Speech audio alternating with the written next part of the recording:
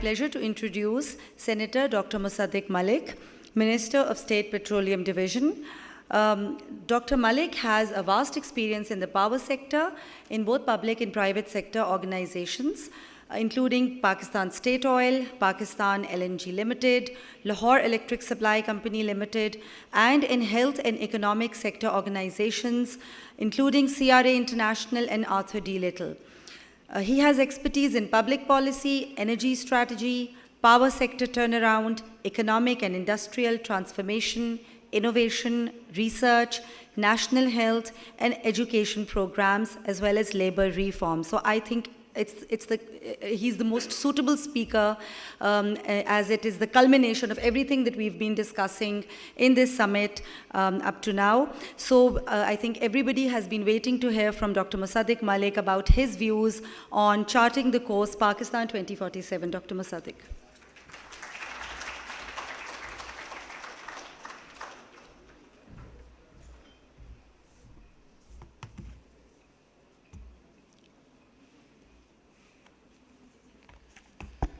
Thank you very much.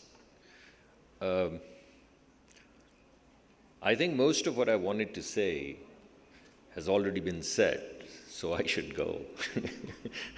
There's not a whole lot left to say. I think this has been a fantastic conference, and especially the vision has been created, and what it would take to get to that vision has also been articulated.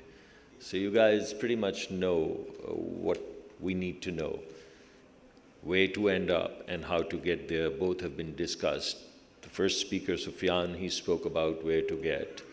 And the Air Marshal, like he always has, built the building blocks and showed us how to get there. I would only venture out to say that there are two ways of building up a nation. One is to look at what we have and then ask ourselves, what can we do? And a bunch of things that we've been talking about in terms of where we want to end up and how we get there is a bit of that journey. That if we do these kinds of reforms in education and these kinds of reforms in liberties and freedoms and women's rights and minority rights, then we would build this up to get to a country that we would like to see in 2047. That's a good way of looking at it. But there's another way of looking at Pakistan, and that is to imagine a Pakistan in 2047. It is almost akin to taking a position in the history of future, imagining a future, and in that future, imagining an ideal country, which has all the components that were spoken about, and then some more. And then ask ourselves a different question. Not what we can do, but what would it take? And I promise you, if you ask these two questions, you would get starkly different answers. When you say, what can I do? It's almost like being constrained by your resources, by your human capital, by your geography. It's like being in prison, being chained, and asking yourself that, given that I have this, I have a weak arm, and I'm been trashed, and I'm chained, where can I go? Where can I put my next step? And that's a reasonable way of looking at Pakistan and building it up from ground up. But you can also say, what would it take? What would it take to build a country? Some aspects of which have been described, and some aspects of which I leave to your imagination. Because after all, who's been able to look into the future? Who's been able to know what it carries for you? And this conference is all about imagineering.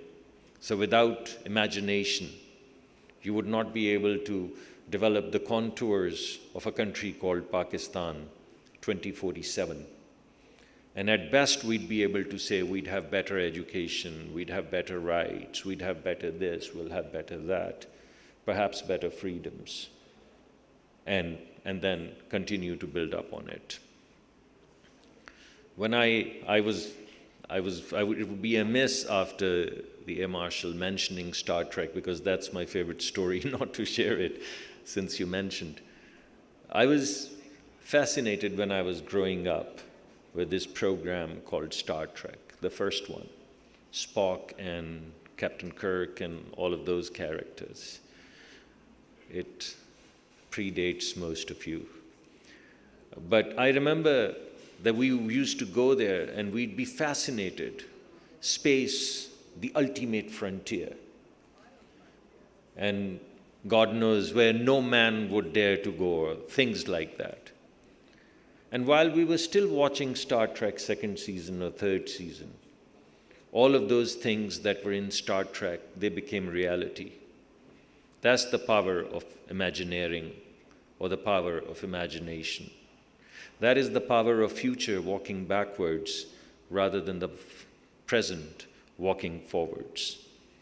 And that little transponder, while Star Trek was still on, became the first generation of cell phones.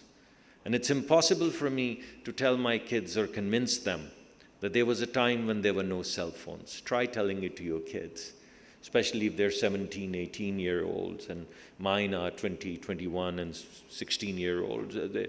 It's impossible. I mean, I tell them, and they don't believe me, that there was a world in which there were no cell phones. And I remember people not having phones. I remember, aunties from the neighborhood coming to one's house because you had a phone. And people would call and say, कि जी आपकी call आ रही है, थोड़ी देर में phone करेंगे, neighborhood से बुला दें. And this auntie would come stumbling for that phone, कि मेरा phone आ रहा है. And it was fantastic. And you see how fast the world has changed. It was just the power of imagination. And I remember as a kid asking myself, how could there be a phone if there's no wire? What would happen? There's no wire. So how does it go? And where would it go? And then it went all over. Now when I walk into the room, my nephew, my children, they're playing very crazy, very violent games with kids in Denmark. How do you even connect? I didn't even know where Denmark was.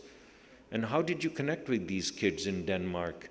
And what are you guys talking about with these little headphones? And, yeah, kill him, kill him. How did all this, he's behind you. How did all this happen? It's all power of imagination. And that's what we need to celebrate the most.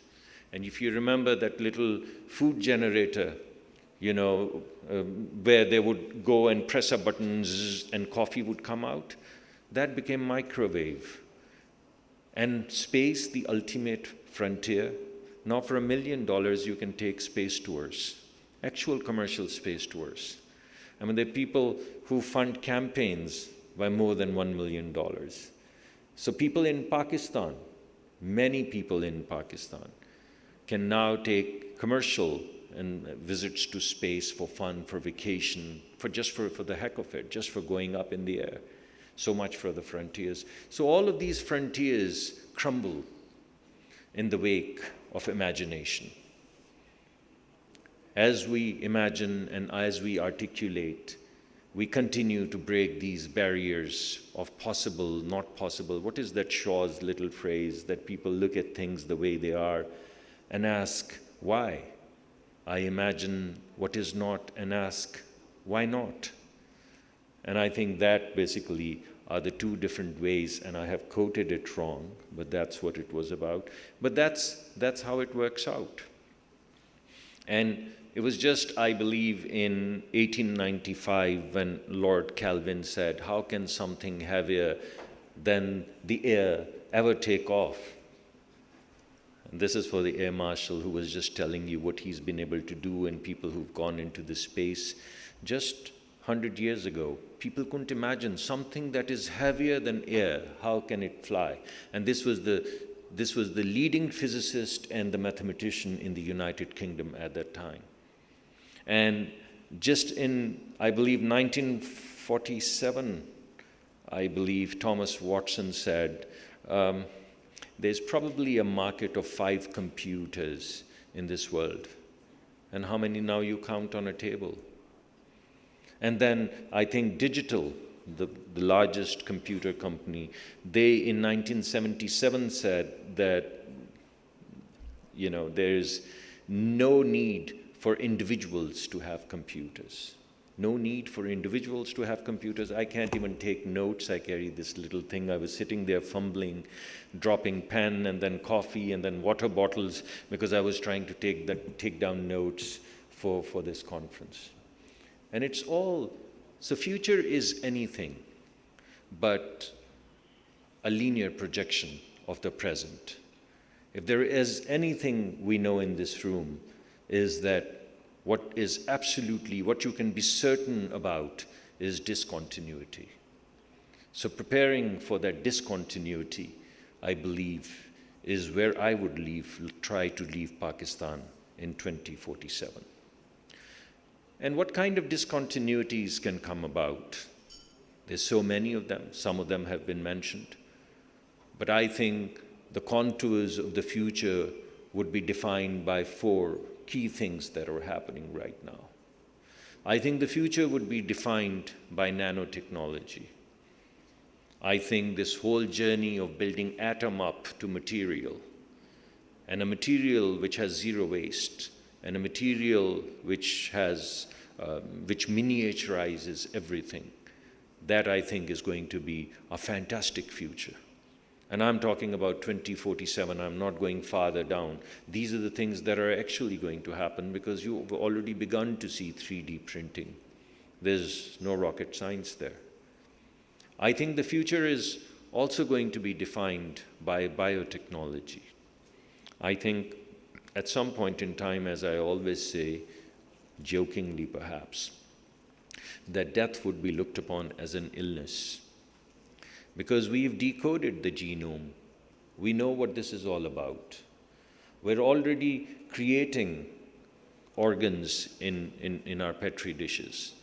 If we're already creating organs in the Petri dishes, how long would it take for us to erect these organs again? We're already taking undifferentiated cells and we are programming them to become the liver and the heart and this and that. We haven't gotten into the complexity of brain, but all of these things are happening.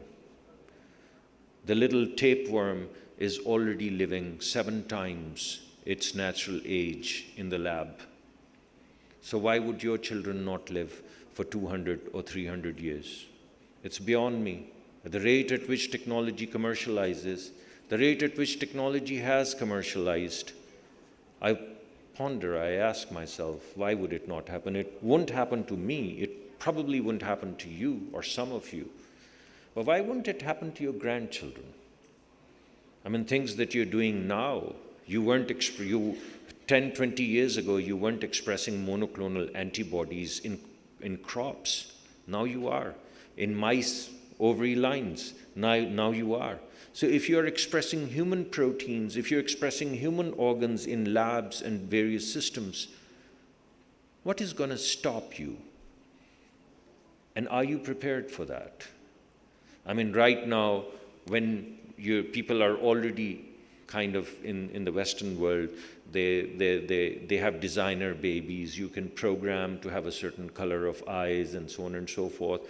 So this entire the pictures that you see on television and movies, the pictures about these robots taking over the world, that's not going to happen. Sorry, I mean, I had to break your heart. It's you who's going to take over the world. Once you're programmed, how are you going to tell? What part of you is a robot? What part of you is science that has programmed you? And what part of you is left that is the original human? So that cyborg, the world that would have cyborgs, not robots. Who would be human and who would be half human? Who would be a programmed kid? And what level of programming would you lose human? All of these things are already happening. All of these things are happening in the lab. Now the question is, when does it come about and start to enter our lives? And that is the future that we are talking about, because that is what is getting commercialized right now.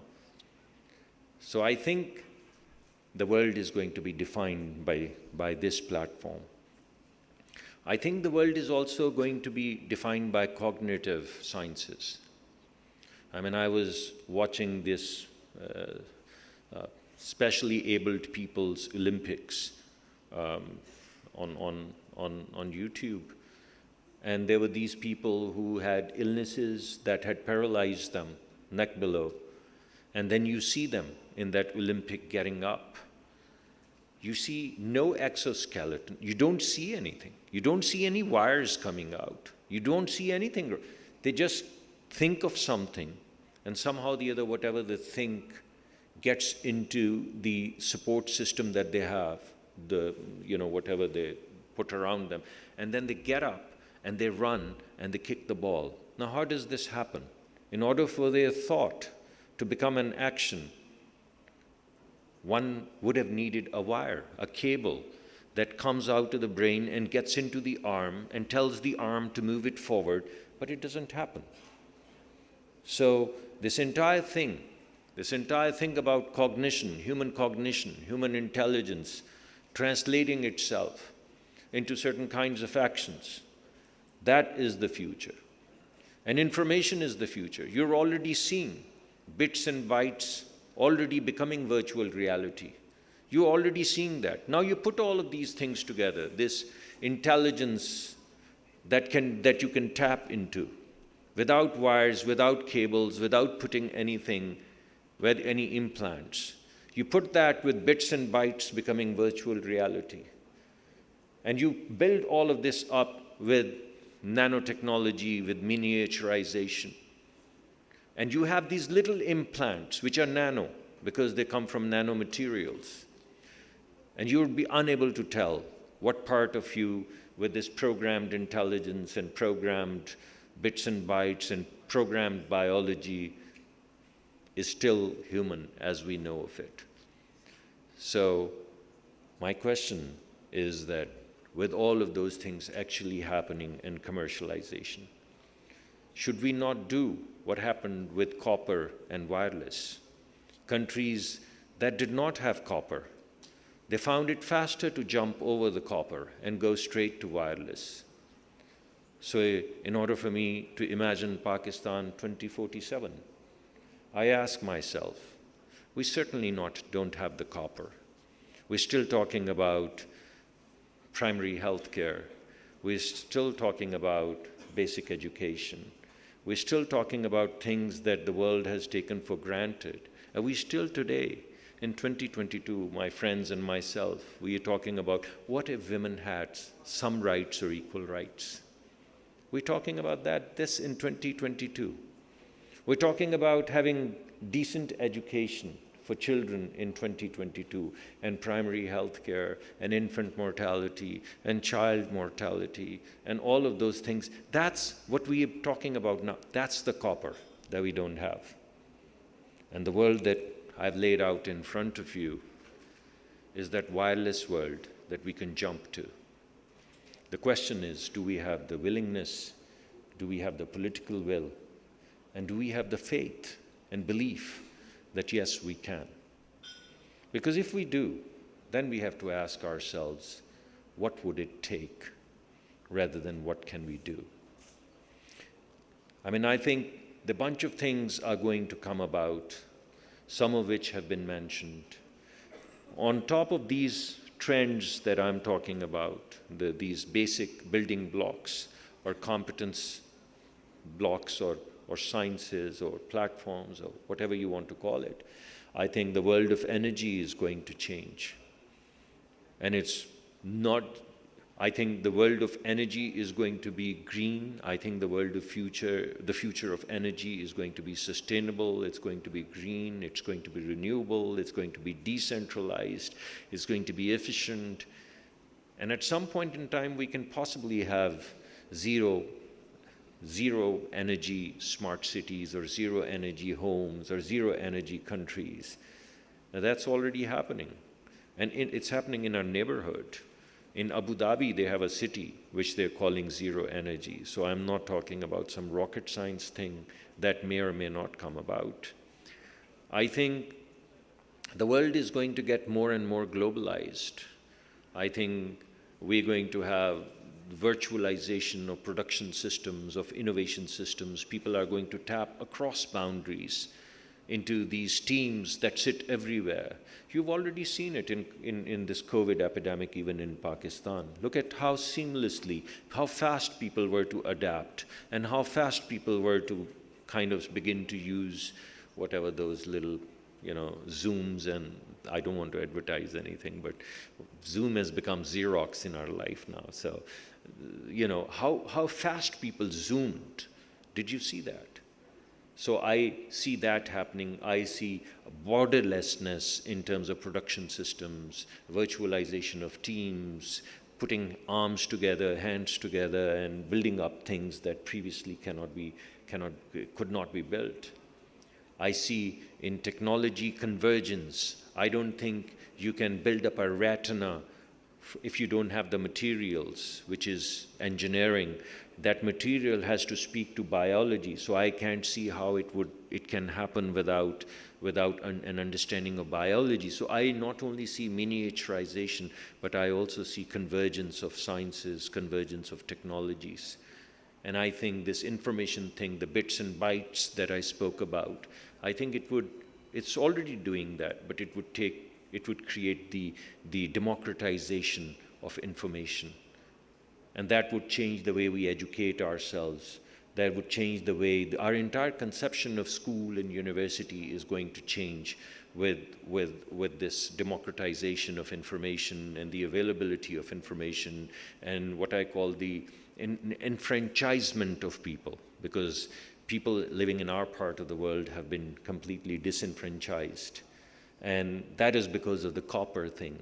And with this wireless thing, and I'm using this as a metaphor, that because of the copper limitations we couldn't, and because of this wireless, we can jump. We can jump and get there faster and hopefully successfully. And these things are already happening. All of the elements, you've seen Tesla, and that is now, not in 2047. You've seen smart cities, and that's now, not in 2047. You've seen this big store in San Francisco where you have a virtual wallet, and if you pick up something from the shelf, it basically takes the money off your account. And if you look at it and you don't like it and put it back, it puts the money back. This is already happening, and there is no employee. So clearly, these things are now, here and now. These are not things of the future. So I think what we need to do, rather than pegging myself to, I would hope that 2047 is not just about the things that we discussed. I think those are the building blocks. Without freedoms, without rights, without education, without health, and if I may add my bias, without rights for people of Pakistan to decide what they want for their children, how to take the dreams from a poor woman, the dreams that the poor woman has in her eyes for her daughter, how to take those dreams and give them in public custody through democracy. I don't see all of this happening. No wise men in a discontinuous world can get together in a smoke-filled room and figure out what Pakistan should be. You'll have to have faith. You'll have to believe in the people of Pakistan. You'll have to believe that they would be able to make, with all of the errors of judgment and decisions and idols of perception, much like all of the people who are in the West, they will also thrive. A mother knows what is best for her daughter, and we'll have to believe that. I think with little foresight, things that we've been talking about, and with a lot of insight, things that we need to do, and a cloud of imagination, we'll get there. Have faith. Thank you very much.